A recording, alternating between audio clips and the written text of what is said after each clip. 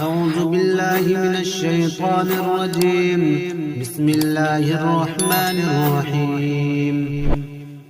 ياسين والقرآن الحكيم إنك لمن المرسلين على صراط مستقيم تنزيل العزيز الرحيم لتنذر قوما ما أنذر آباؤهم فهم غافلون لقد حق القول على أكثرهم فهم لا يؤمنون إنا جعلنا في أعناقهم أغلالا فهي إلى الأذقان فهم مقمحون وجعلنا من بين أيديهم سدا ومن خلفهم سدا فأغشيناهم فهم لا يبصرون وسواء عليهم أنذرتهم